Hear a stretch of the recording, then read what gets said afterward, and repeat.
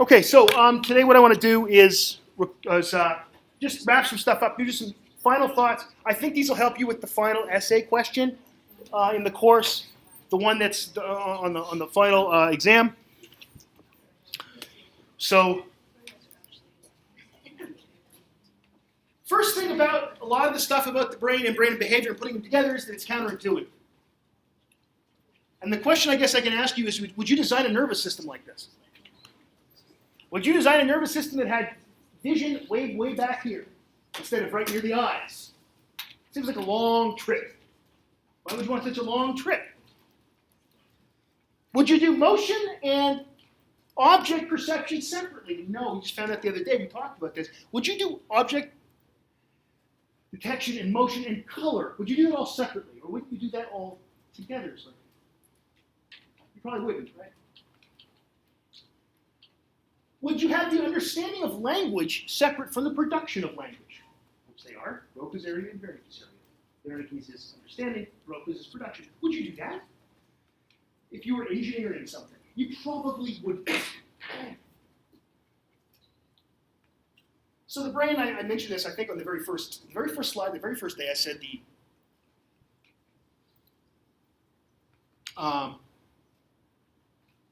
organization of the human brain, or any brain, is haphazard at best. So that's one thing. It's counterintuitive, so a lot of this stuff you have to just remember. So a lot of this comes down to, oh man, it's just memory. And that's annoying. I understand that's annoying. But why is that? And it's because this is an evolved system. This is not a designed system. This is a system because evolution built it. And selection works with what it has in front of it. So like we talked about consciousness the other day, right? And we talked about how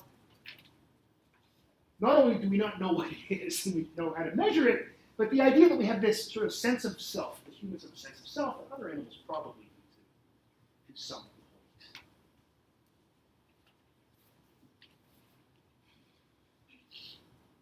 This may have come from the fact that we had our ancestors a very long time ago were living in trees, and they had to have this great spatial cognitive system, and suddenly we're on the ground. So I just yada, yada, yada about 2 million years of evolution. So we're walking around the ground now, and yet we have this system that's already sitting there, available, to tell us where we are in three-dimensional space. And it seems that that may, note all the hedging, have been co-opted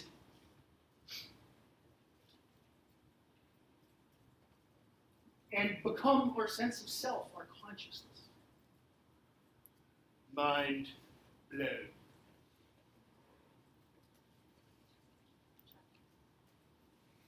Yeah. Oh yeah. I pressed record. I pressed record, and I got audio right here. Don't worry. But I've also I'm recording this slideshow and the audio with it, and it'll go up on YouTube.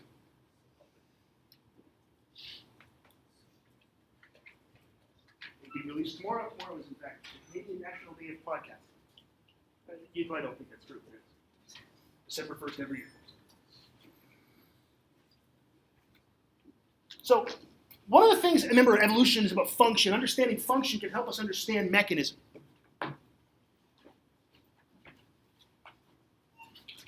And to really understand behavior or any characteristic, any evolved characteristic, you have to understand both the function and the mechanism. So knowing that something is done separately from something else, and we can see that through lesion studies in animals, we can see that through case studies of people who have injuries. Tells us we're looking at different systems, perhaps, or different subsystems, or modules. Use whatever words you'd like. So this is true, for example, we look at, well, remember all those great examples just from the other day about those cases of people that have lesions to different levels of visual cortex. Or looking at language and Broca's area and Wernicke's area.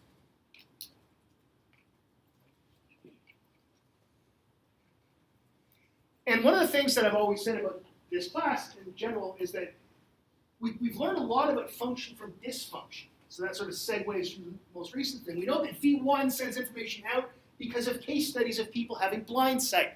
They don't have a V1 anymore, or have a severely damaged V1. They don't detect, they don't experience sight, yet they can see. Because when we force them, we give them a choice of 4 things they see in front of them, and they say they don't see anything, we have to believe them. I'm sure they're right. But they're right all the time, not just 25% of the time, which they'd be by chance. And when you ask them to reach out for something, they put their hand in the right shape.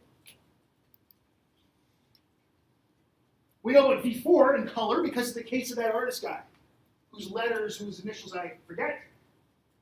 JL? Sure, why not JL? Could be. Let's say it's JL.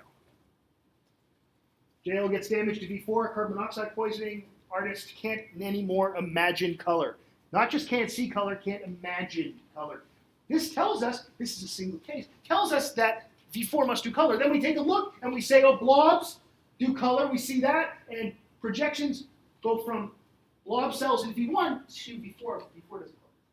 So the dysfunction has helped us understand the function. We knew early on, well before sort of modern neuroscience, cases like Mary Rafferty, remember Mary Rafferty, the woman that had the open head? And that doctor, I didn't want to give him any credit, so I'm not going to use his name. Poking around with her head. Hey, look what I can do with my puppet, Mary Rafferty. Oh, look, even in the 1860s, that's creepy, whatever it was, 1880s. But we saw localization. One part of the body moves, another part of the body moves. And Penfield, of course, the classic, Dr. Penfield, I smell good at post. Which is an old TV commercial. But he would, when he was old, put people up for brain surgery because they're away. He stimulated the parts of the brain. So we knew from then, even early days, now, Mary Rafferty and that horrible doctor guy, and I really can remember his name. I'm not going to use it. I'm tired of giving him credit for anything like that, because I think it was weird. Let's give Mary Rafferty the credit. And Penfield, Penfield's like 60, 80 years later. So before modern neuroscience really starts, we know about localization. We find out about it because of dysfunction. HM, the very famous case of HM, it's funny, we give HM credit, told us about the different memory systems we have. Episodic memory, memory about yourself, and semantic memory, memory about the world. Where back then they said short and long term. A lot of this stuff was discovered by, of course, Brenda Milner. I don't get mad at Brenda Milner, because she just followed up on it. She treated him. He was treated really well, and his family was treated really well, and his family was cool. And they said, if anything good could come of this, of what happened to HM, maybe it's this. So good on them. So that's told us a lot about how the brain is organized and how behavior is affected by the brain by looking at this function. This leads into the importance of animal research. Remember Galvani? Right? He's got the lightning rod and the frog leg moving, and then, hello, my baby. And Otto von Levy, another guy with frogs. I don't know, Europeans don't like frogs. It could be that. And he's pouring the thing in the heart and collecting the stuff and pouring it on another heart. Discovers acetylcholine, or of course, as they call it in German, Vegastoff. Ja, das ist Vegastoff, All the lesion work that's been done, there's so much. Lesioning hippocampus, find out if do animals remember where they've been. They remember where food is supposed to be, but they don't remember having been there. So they keep going back on the same arm of the maze. Little food storing birds, chickadees will go store food. They'll go try to find it, but they can't find it because they don't know where it is.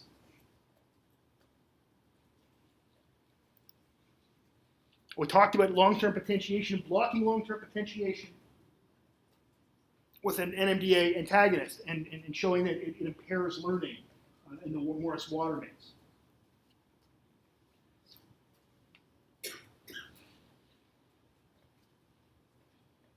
And the modern, and there's stuff being done now, in fact, where coils are implanted into the brain of an animal, and that part of the brain can be cooled down to near freezing so it stops working.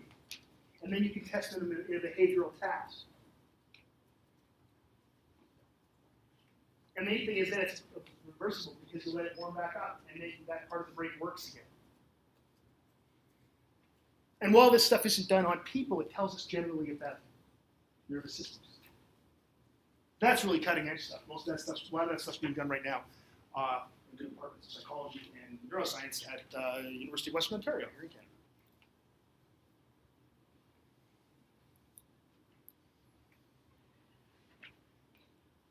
So that's the animal research. As much as we don't think much about, like I know maybe you don't, I do all the time. That's my thing that I do. But the point is that we have to keep that in mind. But non-invasive work is important too.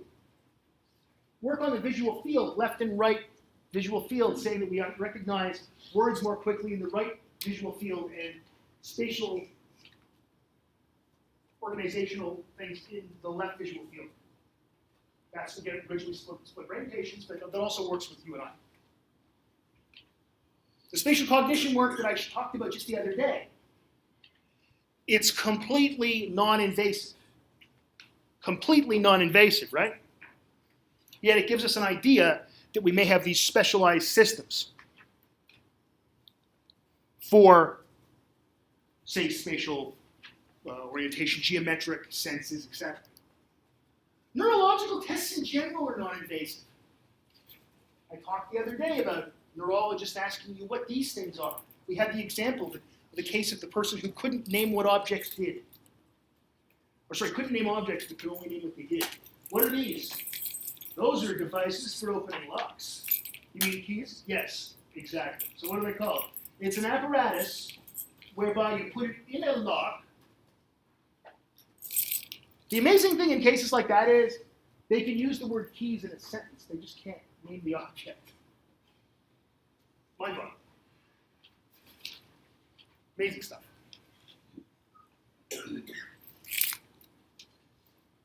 Questions so far? These are just some themes that if you're thinking of the final exam big question, these would help you organize your thoughts.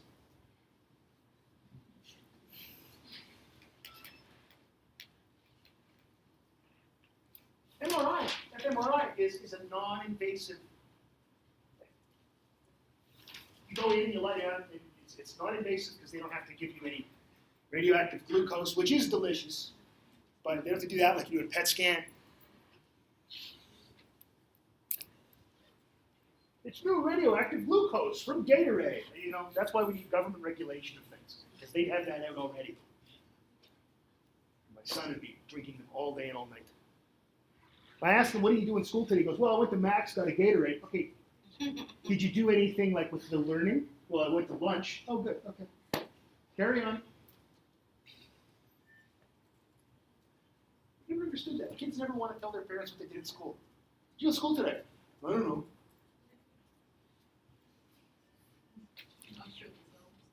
No, but I think they are because the tests come home and they go, okay. So, who knows? There's a paper in there somewhere. Not one I'm going to write, but there's a paper in there somewhere. I don't know if you know this, but the nervous system is hierarchical and parallel. You may have heard that before. That's a thing.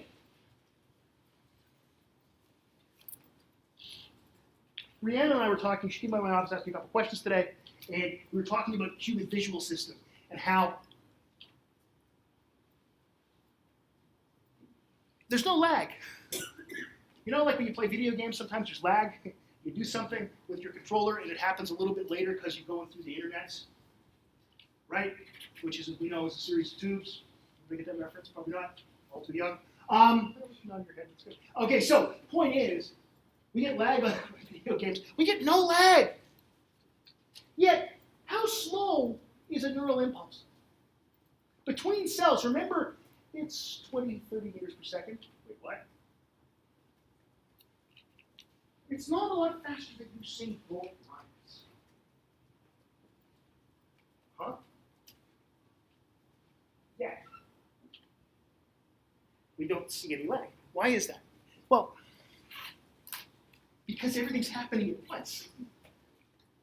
It's parallel. It's parallel. It allows us to the parallel nature of our nervous systems, of any nervous system, allows a whole lot of calculations to be done. And basically all your nervous system is doing is calculates. Because it's representing the world through neurons being on and off. It is a computer of sorts. The hierarchy, as you now know, is obvious. You can think of vision, how obvious the hierarchy is. Different streams. You've got going from retina to superior colliculus and all that kind of stuff, right? So there's two streams. And we got vision for action, action for vision. Ventral stream, dorsal stream. So it's pretty obvious that things are parallel as well. But they're even parallel within your eye.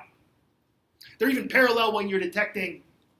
The book uses the example of putting your hand on a stove. Yeah?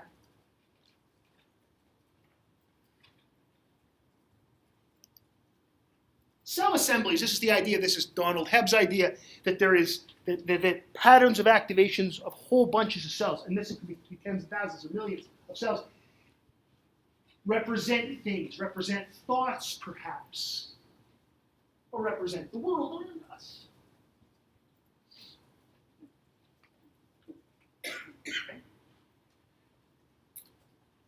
Think about this. And a lot of you mentioned this, I remember in the first test. It's also obviously parallel and hierarchical. Think about the nervous system itself.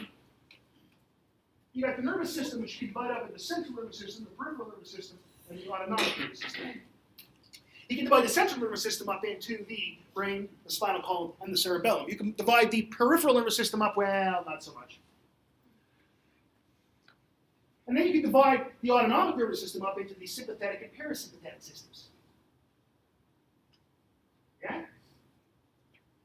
So there's a hierarchy, but also they're all happening at once, aren't they? I am not only thinking about what to say next, but I'm also walking around. That's peripheral.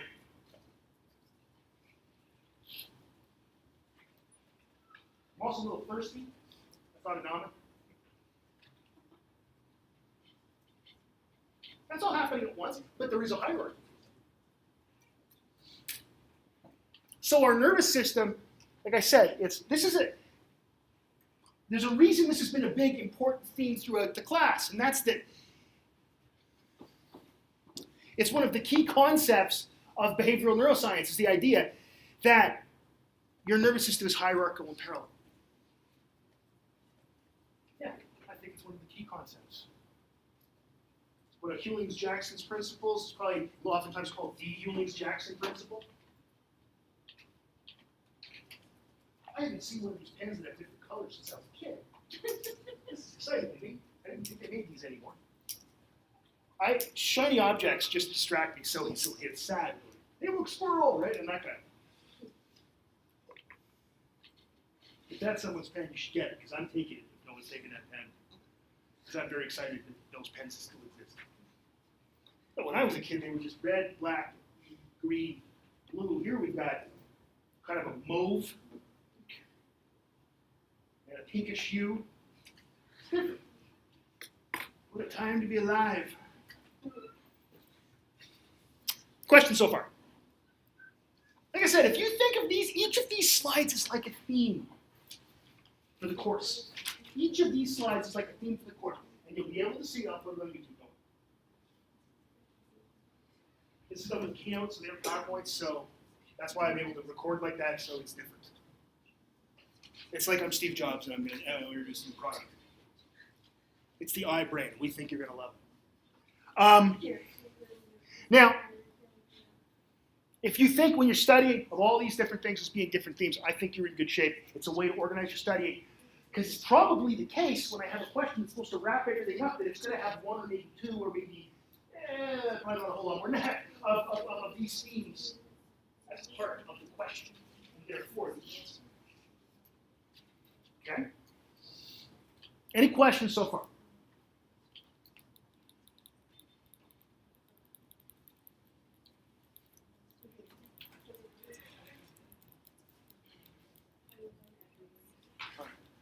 Any other questions at all? Oh yeah, please. Okay, so you said it's going to share the same structure as most of our tests. It's very similar to all your tests. It's going to have 4 definitions of 10 that you define and demonstrate the significance of 4 of the following. It's going to have a diagram, and it's going to have an essay question. The essay question, however, it'll allow you to wrap up the whole year and show me how much you know. Yeah, so it's just like one of the, it'll take you longer because it's more material to get through in your head and you plan out an answer, but you have 2 hours because you don't need, there's no way anybody's going to need 3. I don't do 3-hour exams, they're mean. I think they're mean. Oh, I can make you. I'll do what I can for the people. Other questions, Brian? Because we've already been tested on one of these things before, is it fair to say that, because that could just be like memorization, somebody could memorize their essay questions that they had in the prior testing. Yeah, and I guess they would have got perfect on that one. Right. And also that nothing else has been taught to you since. Right? Remember that. The hierarchical parallel thing is what you're talking about, yes? Now the thing is, Yeah. I asked you that stuff in early October. And we've learned more stuff. And you've got twice as much knowledge. So you'd like to see something If different. I went with that as a question, Yeah. if I did, I would want to see more Okay. integration of stuff. Yeah. So like an A answer from whatever that is 6 weeks ago isn't probably an answer anymore. It's probably now a low B, just because you know more stuff. Okay. That is a good question. Yeah. Other stuff. Please. Would Curtis. you be able to give us a list of possible diagrams to study? I would study also, obviously, schematic diagrams of the Battlestar Galactica, both from the old 80s series and the current one. No, we think. What could it be? Should we use the diagrams that we already did? I think that's a good idea. I'm not saying it's the only thing, the only possibility. All the diagrams we covered in class? Sure, Is it just one diagram? it's one diagram. Yeah, you have a choice of diagrams, either do it or not. Other questions about the test or anything else we talked Wait, about? will you give me a short description for the diagram? I can't remember what I wrote there. For quite possibly short description, yes. Yeah, 1 or 2 words. It's either short descriptions or I don't say short descriptions, in which case still do short descriptions. Yep. You got a question? Should we also study the definitions we already did that from our other tests? Sure, why not? Are they going to be important? Or are you going to have Everything's important. I'm going to use the standard smart-ass professor answer. Everything's important. When people say, did we do anything important that I missed? No, I just did complete crap that no one should care about. Yeah, it's always important. Even my stupid little jokes. Those are, in fact, more important. No, because think about it. If you study those definitions, even if they're ones you've done before, you can still bring those in when you're answering essay questions and things like that. So, I mean, really, Yeah. and there are things that are important enough that I might just ask them again. And that's not me being tricky. It may be me being lazy.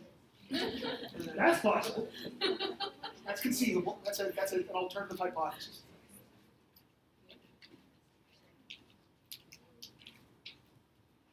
Other questions? We still have another Q&A day on Monday. Yeah, they will be. Okay. This will be posted. When I get home, I'll upload it to YouTube. And then I'll put the link in the Facebook study group, and I'll put it on my Facebook, and I'll put it in the Slack channel. Yeah. Can you refresh my memory about Mary Rafferty and localization? Yeah. So Mary Rafferty, she's got this cancer of the skull, and that's pretty bad no matter what, but it's really bad in the 1880s. So this doctor who, and I'm not mentioning his name, he bugs me, and he gets all this fame. So he cuts it off, but now she's got to wear a hat because she's got an exposed brain, literally. So what this guy does, it's always a guy too, isn't it? What he does, you don't hear this woman did that. I'm just saying. So what he does is he starts poking around in her head. And like one of her legs moves, one of her arms moves, her face gets contorted a certain way. Now he claims all the way through, by the way, that she consents to this. One wonders how one could consent to this in a situation like that when there weren't a whole lot of neurologists back in Columbus, Ohio in the late 1800s. So he realized that he could stimulate certain parts of the brain to produce certain behavior. Yeah, exactly. So he's one of the first people to show that. To show it empirically. I think people were pretty sure it was true. The Phineas Gage case is one that comes out. But that's much more complicated behavior, right? Where Gage gets the tamping rod right through the throat, not through here. So these were just simple movements rather than complicated. Yeah, sometimes noises she'd make, things like that, Okay. too. So like he'd just do one thing and she'd go, "Arr!" Nice guy, right? It sounds a little harsh, but it's almost good that she died soon after, because I think she was being abused. That's my view of it, and there's also the view of the American Medical Association. So it's not like, and that was in the 1800s, when there were no ethics for anything. Can you give me an example of a certain part of the brain that he stimulated that way? Oh, I don't know exactly literally what he did, but if, let's say you were, so it was, I believe the left part of her skull was missing. So if I went like right here, the Wernicke's area, with you, which I won't do, but if I did, see again, it's always a guy, and then I was stimulating Wernicke's area to make it to the point where it wasn't working properly, you couldn't understand what I was saying, but you could speak. Production of language where you couldn't. Yeah, there's other things like that. We now know there's a parietal area, it's right about there, parietal frontal, and then you stimulate it and you ask people moral questions. And you say, and it goes like this. If I was to say to you that, here's a story, that this guy's he's at work and he hates his boss, so he's going to kill him. So what he does is he puts poison in the creamer in the coffee. But there's a mix-up. He doesn't put that creamer in his coffee and he's going to kill him. If I was to ask you right now, is that guy moral or immoral, you would say he's an attempted murderer. He's immoral. Anybody who doesn't think that, by the way, but the thing is, if I stimulate that part of your brain today, not Mary Rafferty, but this is told us that Mary Rafferty and Wilder Penfield stuff showed us this, and I ask you that same question, you go, well, no harm, no foul, nobody got hurt. And then I turn it off and I show you the tape and you go, excuse me? No, I didn't just say that. The guy did. You decide to turn off your sense of morale. And turn it off. But why was he trying to poison Oh, who knows? Maybe he's a dick. I don't know. Who knows why he's trying to poison him?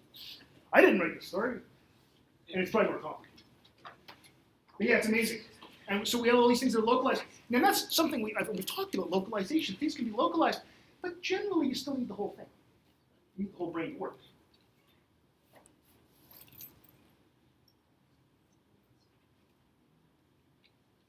Other questions? Again, we'll have a full Q&A day on Monday. But that won't be recorded. I'll let you know that too. We're doing today, this is bonus coverage for the home viewer. Anything else? Good for now. I just want to. The funny thing is, I didn't teach for you because I was on sabbatical, and it to me is always. You can probably guess this is very draining for me because I put everything I can into it, and it really is worth it when I have people that are listening, and it means a great deal to me. And coming back and doing this again, it feels good. It also feels good getting paid my real salary, 90% of it. But I should also say that I really enjoyed teaching you guys this term. Kick ass on the final. Thank you very much. It's been a while. Thanks. Thank you. Don't do that, please. It's my job. Don't.